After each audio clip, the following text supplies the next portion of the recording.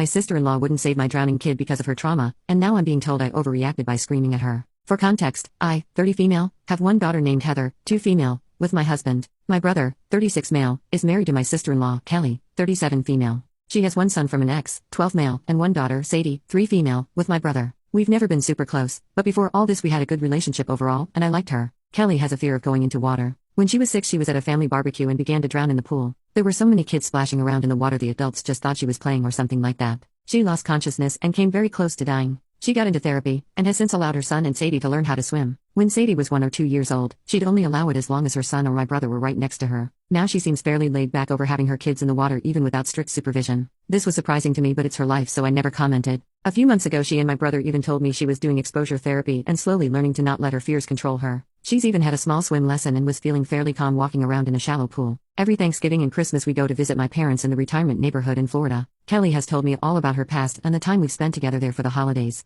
It has a nice community pool with a recreation center. There's only a lifeguard on duty Saturday, but the recreation center has employees at the front desk if you go inside. While we were there for Thanksgiving, the Weather Channel predicted only one day would be nice enough for the kids to swim. My sister-in-law, brother, husband and I were planning to take them in the late afternoon. Grandparents were busy with some other event that day. I fell and sprained my ankle. My husband said he'd drive me to an urgent care. I didn't want my daughter to miss the pool outing, so I said I'd allow her to go with my brother's family. My brother and nephew promised to be by her side the whole time. My brother and nephew apparently wanted to play ping pong on the table that was in the recreation center. Sadie and Heather were still splashing in the shallow 3 feet end of the pool with Kelly watching in a lounge chair. She said they could go because she'd keep an eye on the girls and go get them if they get into any trouble. Kelly had put Heather in a pool tube around her waist to float. Somehow Heather flipped over and was stuck upside down in the water. She began to kick and panic, so Sadie got scared and started to cry. Kelly noticed and also started to freak out. She began to scream at Sadie to get her out or flip her back over. Sadie tried at first but wasn't strong enough and couldn't get a good grip.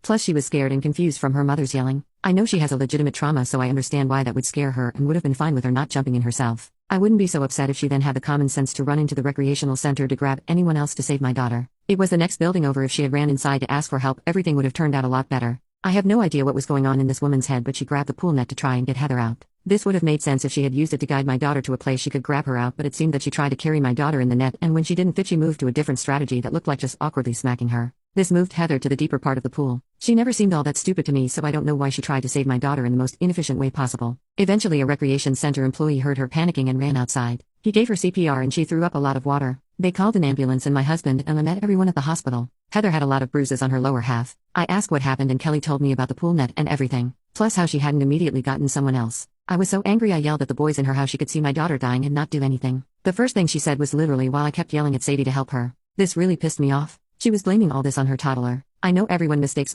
but seriously, when I asked her why she didn't sprint for help right away, she said she was overwhelmed and that I shouldn't attack her because my kid couldn't swim to save herself. The pool tube was around her waist and was trapping her upside down. This set me off. I wasn't still and disgusted with my brother, but her words made me break and lose it. I started to scream at her how pathetic she was and that she was just as bad as her family members who let her drown. I kept yelling until she started to sob and security made us stop. My husband and I were so upset we demanded to see the recreation center's footage from the pool security camera, and we saw exactly what happened. After we went back home I sent a short text to Kelly that I was sorry for losing my cool. I was completely out of line and blamed the wrong person to deal with it all. She sent back a paragraph saying I'm a psycho for blaming her for her own trauma response. She even said maybe it would have been better for my daughter to die than have a mom like me. Obviously I haven't contacted her or my brother since. My parents began to yell at me when I yelled at Kelly, so I haven't spoken to them much either. For Christmas we aren't joining them this year. My husband fully agrees with me. My best friend and her family live a few hours away, so don't see her as often as I'd like. Since it's just us for Christmas, she offered to have a stay at her nice house so my daughter can play with her kids. A couple days ago we stayed up drinking wine and talking. She knew about it, but I told her all the details for the first time. After I was done she asked if she could give me a bit of advice. I was curious what she wanted to say, so I said yes. She said what Kelly said was awful and she went way too far, especially with her text about my daughter.